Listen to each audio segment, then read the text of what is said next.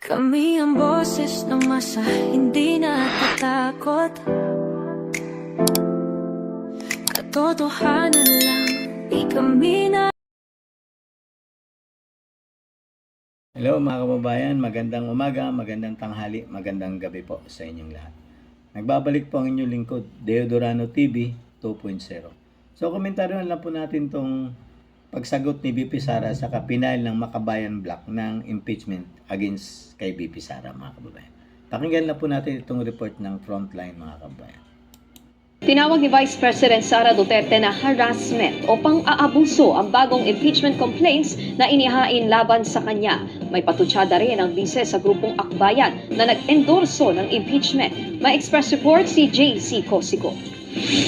Pamumulitika, harassment at pang-aabuso sa proseso ng impeachment.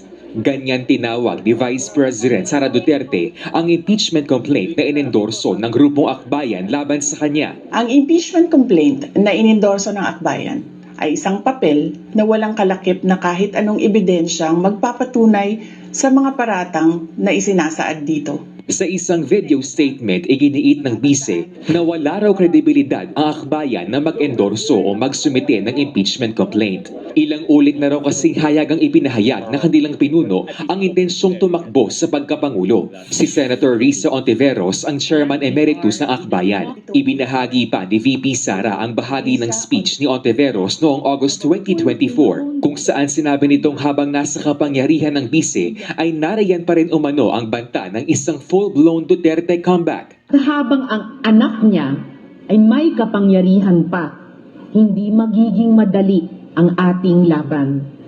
While VP Sara is in power, the threat of a full-blown Duterte comeback is still a very real and present danger. For one, they are supported by one major Yan mga kababayan. Kasi nga, ang taas kasi ng pangarap nito ni Risa Ontiveros mga kababayan. Gusto talaga nito maging presidente. Kasi alam naman natin lahat na ang Akbayan, Bayan Muna at Makabayan Black ay iisa lang ang grupo na yan mga kababayan. Yung po yung mga armadong grupo, mayroon ding hindi armado dyan. Pero ang nakakalungkot lang kasi dito, na ano po sila sa pangarap nila, nalalasing po sila sa gusto talaga nilang upuan ang Malacanang. Pag once na maupo po ito si BP Sara, si Risa Ontiveros sa palasyo, kung mananalo siya. Pero malabo pong manalo ito mga kababayan kasi sa dami ng akusasyon laban dito. Tapos, kita mo naman yung huling interview niya.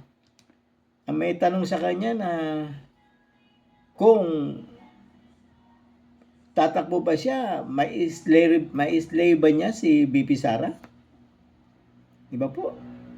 Yan ang nakakalungkot dito. Kasi nga po, ang mga akusasyon dito, alam naman po natin ito sila, mahilig ito sila sa tanim witness. Katulad nilang sinasabi ni Dilema, na gusto nilang gawing witness yung kidnapper na si Madriaga. Paniniwala ba kayo ng isang statement ng isang kriminal? At sinasabi niya naging details di umano daw siya ni BP Sara, mga kababayan? Paano natin masasabi at dinideny mismo ng army na hindi siya ang nag-details na, hindi yan kasama sa security guard ni BP Sara? Yan ang nakakalungkot ng mga kabayan. Para lang masiraan ang mga Duterte. Kasi ang pinagtataka ko po, bakit ba ayaw nilang maupo si BP Sara kung si BP Sara talaga mag-aayos ng ating bayan, mga kababayan?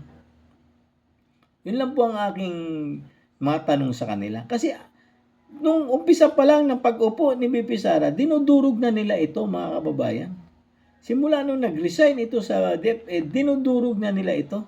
Hang walang humpay. Pero ang nangyayari, habang dinudurog nila si BP Sara, lalong tumataas ang rating nito, mga kababayan. Wag lang sana nga may mangyari kay PRRD sa Netherlands at lalong tataas ang rating nito. At once na makalabas na naman yun si PRRD, tataas lalo ang rating ni BP Sara. Kasi bakit? Nakalabas yan na walang tulong ang gobyernong ito, mga kababayan. Sarili nilang pamilya ang nag-aayos ng kanilang mga problema. Never lumapit ito sa presidenteng bangag na ito, mga kababayan. Tuloy lang natin si Risa Ontiveros sa interview niya. superpower, China. Inungkat din ni VP Sara ang mga naging pagdidig ng Kongreso na anyay isang malinaw na fishing expedition para sa planadong impeachment laban sa kanya. Paulit-ulit nilang ibinandera ang isyung Mary Grace Piatos bilang umano'y bahid ng katiwalian. Kahit na sa kabila ng lahat ng investigasyon ay wala silang naipakitang kahit isang direktang paglabag sa paggamit ng confidential funds. Wala pang pahayag si Senator Ontiveros sa pahayag ng bise.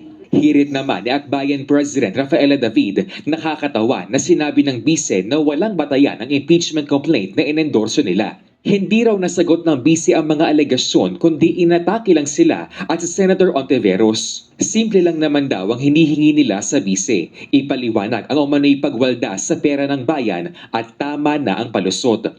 Babala pa nila sa bise, si VP Sara ang unang Vice President na mai-impeach hindi lang isa kundi 2 beses. Ang ikalawang impeachment complaint laban kay VP Sara ang inendorso ni Akbayan Party List Representative Percy Sendanya at ML Party List Representative Leila De Lima. Inihain niya ng ilang civil society groups kung saan isinama rin nila ang affidavit ng umano'y dating bagman ng bise na si Ramil Madriaga. Laman niya ng mga seryosong alegasyon laban kay VP Sara. Ayon sa kanyang abogado na si Attorney Raymond Palad, handang humarap ang kanyang kliyente sakali ipatawag kaugnay nito. Sakali rin daw na umabot ito sa impeachment trial, ready rin daw si Madriaga na magpakita ng mga ebidensya. Sabi ni attorney, makuha mo lang yan, andyan lahat ng ebidensya. Kaya of course we will exert our efforts na kung hindi namin makuha yun sa paraan namin, at least the impeachment court can subpoena, can order the court to surrender the 3 mobile phones for forensic examination. Sa ngayon, naitransmit na sa opisina ni House Speaker Bogie D ang 2 impeachment complaints laban kay VP Sara. Nagbabalita mula sa... Yan mga kababayan. Yan ang talagang pili talaga nilang, gusto talaga nilang pigilan ang pagtakbo ni VP Sara. Halatang halata naman po mga kababayan. Paano mo kasi hindi masasabi? Walang humpay po ang pagsisira nila sa mga Duterte, lalong-lalo na kay VP Sara. Ang kinakatakot po nila, baka maupo ito at makulong silang lahat mga kababayan. Marami po talagang makakasuhan. Kaya nga po habang tumatagal, lalong sumisikat ito si VP Sara despite the fact na maraming naninira sa kanya. Pero ang presidente, malinis ko pero negative 30, negative 3 mga kababayan ang rating sa taong bayan. Yan ba ang pinagmamalaki nila, presidente? At itong si Risa Ontiveros, walang ginawa ito sa buhay niya kung hindi wasakin ang mga Duterte. Hindi niya pa nga sinasauli ang pera di umano ng PhilHealth na kinuha niya di umano. Ayon mismo sa balita yan mga kababayan. Yan ang nakakalungkot lang na pangyayari sa bayan natin na yung taong inaakala ng taong bayan na magsisilbi ng tapat sa taong bayan, yun ang pinipilit nilang winawasak ngayon. Dahil sa natatakot sila na once na maupo si VP Sara, lahat na may kaso, may anomalya ngayong mga panahon ni pamumuno ni Marcos, siguradong shoot sa kulungan lahat yan mga kababayan. Wala po talagang gagawin yan kung hindi ipakulong lahat yung mga nagnakaw ng pera ng bayan mga kababayan. Yan lang po ang talagang hiling ng taong bayan na managot. Kasi ang dami pong nagkandamatay, lalong-lalo na ngayon. Yung bagyo na naman doon sa Cagayan de Oro, isang buong pamilya, natabunan ng putik, mga kababayan, patay lahat. Imapaw na naman yung tubig doon sa kalsada. Ano na nangyari sa mga flood control na yan? Hindi na ba talaga matitigil yan, mga kababayan? Walang humpay na pagkamatay ng mga tao at uso na naman yata siguro ang illegal logging ngayon kasi nagkakaroon ng landslide mga kababayan, putik na yun, bumababa. Ano yan? Uso na, mining, uso na naman, nagkalat na naman yan. Diyos ko po, talagang walang humpay po. Kailangan po talagang ayusin na natin itong bayan natin. Huwag na nating ibuto yung mga salot sa lipunang ito, mga kababayan. O hanggang dito na lang po muna ako mga kababayan. Palambing naman po ng like, share, and subscribe po to my YouTube channel, Deo Durano TV 2.0. And at TikTok account, Deo Durano, and Facebook page, Deo Durano TV 2.0. God save the Philippines. Kami ang boses ng masa, hindi natatakot.